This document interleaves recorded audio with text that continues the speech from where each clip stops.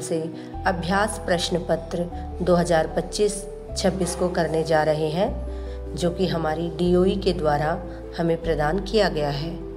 ये प्रश्न पत्र आपका 80 अंक का होगा और आपको 3 घंटे का समय दिया जाएगा। सभी प्रश्न अनिवार्य हैं। देखते हैं हम प्रश्न पत्र को। सबसे सर्वप्रथम हम देखेंगे कि अपठित अवबोधन आपका दिया होगा, जो कि 10 नंबर का रहेगा। यह आपका गद्यांश दे करके आपसे प्रश्नों को पूछा जाएगा। आपको सभी प्रश्नों के उत्तर देने अनिवार्य रहेंगे। आगे चलते हैं हम दूसरे नंबर के प्रश्न पर, जो कि आपका रचनात्मक कार्य से रहेगा। यह 15 अंक का होगा। इसमें आपको मंजूषा की सहायता से एक पत्र का निर्माण करना होगा, अथवा आपको एक मंजूषा के द्वारा दूसरा कोई पत्र आप निर्माण कर सकते हैं।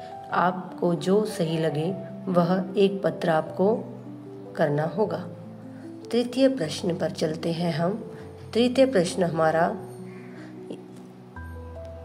एक चित्र से संबंधित है, जो कि मंजूषा में दिए हुए शब्दों से आपको 5 वाक्यों का निर्माण करना है।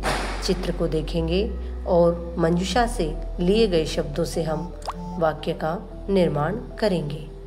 आगे चलते हैं हम प्रश्न संख्या 4 पर। प्रश्न संख्या 4 में आपको संस्कृत वाक्यों का हिंदी वाक्यों का संस्कृत में अनुवाद 5 नंबर का आएगा, जो कि संस्कृत भाषा का में करना होगा। आगे खंड ग है हमारा, जो कि व्याकरण से संबंधित है। प्रश्न नंबर 5 हमारा 4 नंबर का रहेगा, जो संधि से संबंधित होगा, अथवा संधि, विच्छेद और संधि दोनों तरह से पूछी जाएगी। प्रश्न संख्या 6, जो कि हमारी 4 अंक की रहेगी। यह प्रश्न हमारा उचित शब्द रूपों से लिया गया है, जिसके लिए आपको ऑप्शन दिए होंगे, उनमें से आपको छांट करके आपको खाली स्थान में भरना होगा। 7वां प्रश्न आपका 4 नंबर का रहेगा, जिसके अंदर आपको क्रियापद चुनकर भरने होंगे। आगे चलते हैं हम प्रश्न संख्या 8 पर, जिसमें आपको कारक और उपपद विभक्तियों को चुनकर भरना होगा, जो कि हमारा 4 नंबर का रहेगा। प्रश्न संख्या 9 में आपको प्रकृति प्रत्यय से संबंधित प्रश्न पूछा जाएगा। प्रत्यय 3 आएंगे, इसलिए 3 नंबर का आपका यह प्रश्न रहेगा। प्रश्न संख्या 10, यह आपके संस्कृत भाषा में जो अंक लिखे हुए हैं उनको लिखना है संस्कृत में, तो यह अंक आपका 2 नंबर का रहेगा, जो आधे नंबर का आपसे पूछा जाएगा। अब प्रश्न संख्या 11 में चलते हैं। 11 में आपको